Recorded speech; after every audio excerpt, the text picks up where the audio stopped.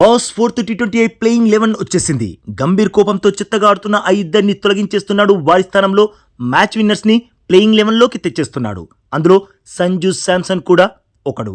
Boss team India Shreyas Iyer కెప్టెన్సీలో ఇప్పటివరకు ఒక్క match కూడా గెలవలేకపోయింది. గత 5 మ్యాచ్ల్లో 4 మ్యాచ్లు ఓడింది. అందులో ఐర్లాండ్ లాంటి పసుకున్నతో 2, ఇంగ్లాండ్తో 2.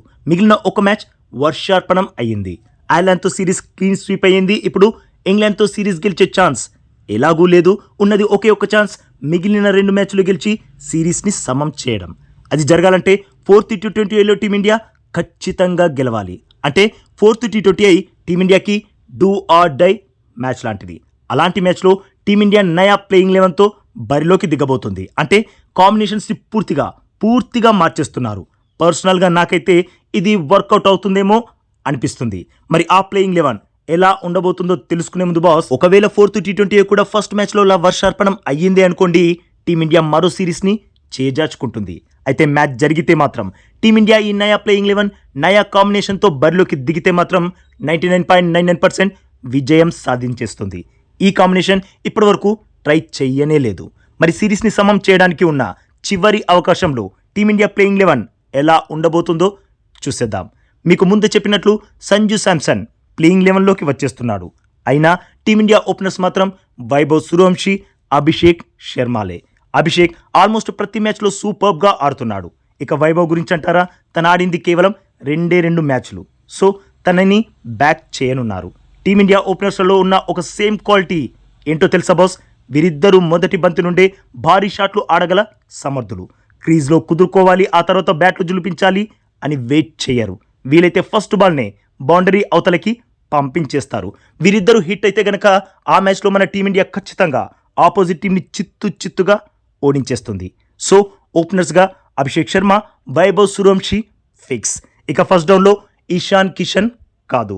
ఇషాన్ ఫస్ట్ డౌన్లో రావడం వల్ల టాప్ 3 లెఫ్ట్ హ్యాండర్సే అవుతున్నారు. సో ఫస్ట్ డౌన్లో సంజు శాంసన్ని బరిలోకి దింపుతున్నారు. దీంతో ఓపెనర్స్లలో ఎవరు అవుట్ అయినా రైట్ అండ్ లెఫ్ట్ కాంబినేషన్ మొదలవుతుంది. కాబట్టి సంజు శాంసన్ ఫస్ట్ డౌన్లో ఫిక్స్.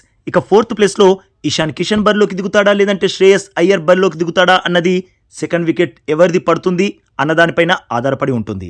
సెకండ్ వికెట్ ఓపెనర్స్లలో ఎవరో ఒకరిది అయితే ఇషాన్ కిషన్ ఫోర్త్ ప్లేస్లో బ్యాటింగ్కి దిగుతాడు. లేదంటే సెకండ్ వికెట్ సంజు శాంసన్ అయితే అప్పుడు ఫోర్త్ ప్లేస్లో శ్రేయస్ అయ్యర్ బరిలోకి దిగుతాడు.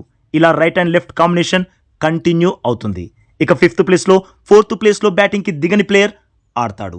నెక్స్ట్ సిక్స్త్ ప్లేస్లో team India vice captain Tilak Varma కాదు. యాక్చువల్గా తిలక్ని ఫోర్త్ టీ20 నుండి పక్కన పెట్టేస్తున్నారు. తన బ్యాట్ నుండి అస్సలు పరుగులు రావట్లేదు. ఒకవేళ వచ్చినా అది టీ20 తరహాలో అయితే కాదు, టీమిండియాని గెలిపించే పరుగులైతే అస్సలు కాదు.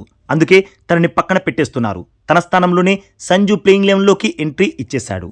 మరి సిక్స్త్ ప్లేస్లో ఎవరు? తిలక్ లేడు కాబట్టి అక్షర్ పటేల్. బట్ అక్షర్ పటేల్ని కూడా ప్లేయింగ్ 11 నుండి తొలగించేస్తున్నారు. ఎందుకంటే అక్షర్ అటు బౌలింగ్లో ఇటు బ్యాటింగ్లో గత కొన్ని మ్యాచ్లుగా అస్సలు ఇంపాక్ట్ చూపించలేకపోతున్నాడు. పైగా ఇంగ్లాండ్ పిచ్లు స్పిన్నర్స్కి అస్సలు సహకరించడం లేదు.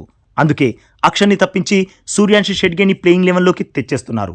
సూర్యాంశ్ ఓ పేస్ బౌలింగ్ ఆల్రౌండర్. తను ఇంగ్లాండ్ పిచ్లకి సరిగ్గా సరిపోతాడు. ఒకవేళ పరుగులు సమర్పించుకున్న అక్షర్ల 4 ఓవర్స్లో 49 రన్స్ అయితే ఇవ్వడేమో. పైగా బ్యాట్తో టీంకి ఉపయోగపడే పరుగులు కాంట్రిబ్యూట్ చేస్తాడు. సో సిక్స్త్ ప్లేస్లో సూర్యాంశ్ షెడ్గే. నెక్స్ట్ సెవెంత్ ప్లేస్లో శివం దుబే. యాక్చువల్గా దుబే ఒక మ్యాచ్లో బాగా ఆడుతున్నాడు, మళ్ళీ 2 మ్యాచ్ల్లో విఫలం అవుతున్నాడు. కన్సిస్టెంట్గా మంచి పర్ఫార్మెన్స్లు ఇవ్వలేకపోతున్నాడు. ప్రస్తుతం ప్లేయింగ్ 11లో స్థానం దక్కించుకున్నాడు. కానీ ఒకవేళ ఇదే కంటిన్యూ అయితే మాత్రం నెక్స్ట్ ప్లేయింగ్ 11 నుండి బయటకు వెళ్ళేది తనే. ఇక నెక్స్ట్ ఎయిత్ ప్లేస్లో హర్షిత్ రాణా. నేను ఇంతకుముందు వీడియోస్లో చెప్పినట్లు హర్షిత్ ప్లేయింగ్ 11లో కాదు, అసలు స్క్వాడ్లోనే ఉండడానికి అర్హుడు కాదు. బట్ ప్రస్తుతం టీమిండియా దగ్గర మరో ఆప్షన్ లేదు కాబట్టి తను టీంలో ఉంటున్నాడు. నెక్స్ట్ నైన్త్ ప్లేస్లో వరుణ్ చక్రవర్తి. మన టీం విజయాల బాట పట్టాలంటే వరుణ్ మిడిల్ ఓవర్స్లో వికెట్స్ కూల్చడం చాలా ఇంపార్టెంట్. బట్ వరుణ్ వరుసగా విఫలం అవుతున్నాడు. తన స్ట్రెంత్కి తగ్గట్టు బౌలింగ్ వేయాలి. అప్పుడే బ్యాటర్స్పై ఆధిపత్యం చెలాయించగలడు, వికెట్స్ని కూల్చగలడు. నెక్స్ట్ 10th ప్లేస్లో ప్రిన్స్ యాదవ్. లాస్ట్ మ్యాచ్లో తన బౌలింగ్తో చాలా ఇంపాక్ట్ క్రియేట్ చేశాడు. ఇన్ఫాక్ట్ తన మొదటి బంతికే వికెట్ కూల్చి తన సత్తా ఏంటో నిరూపించుకున్నాడు. ఇక 11th ప్లేస్లో హర్షదీప్ సింగ్. ఎందుకో హర్షదీప్ కూడా తన లెవెల్కి తగ్గ బౌలింగ్ వేయలేకపోతున్నాడు. తన బౌలింగ్తో ఆపోజిట్ బ్యాటర్స్ని డామినేట్ చేస్తేనే టీమిండియాకి విజయావకాశాలు పెరుగుతాయి. ఇది బాస్ మన టీమిండియా నయా ప్లేయింగ్ 11 నయా కాంబినేషన్స్ ఎలా ఉంది? పర్ఫెక్ట్గా ఉందా? నాకైతే ఈ కాంబోలో బరిలోకి దిగితే ఖచ్చితంగా విజయం సాధిస్తుంది అనిపిస్తుంది. మరి ఈ విషయంలో మీ ఒపీనియన్ ఏంటి? టీం పర్ఫెక్ట్గా ఉందా లేదంటే ఇంకేమైనా మార్పులు చేయాలా? మీ ప్లేయింగ్ 11 ఏంటో కామెంట్ చేయండి బాస్. అలాగే ఈ లేటెస్ట్ అప్డేట్కి ఒక్క లైక్ కొట్టి మన ఛానల్ని ప్లీజ్ సబ్స్క్రైబ్ చేసేసుకోవచ్చుగా బాస్. ఇక ఈ వీడియో చూసినందుకైతే మీ అందరికీ దిల్ సే థ్యాంక్ యూ బాస్.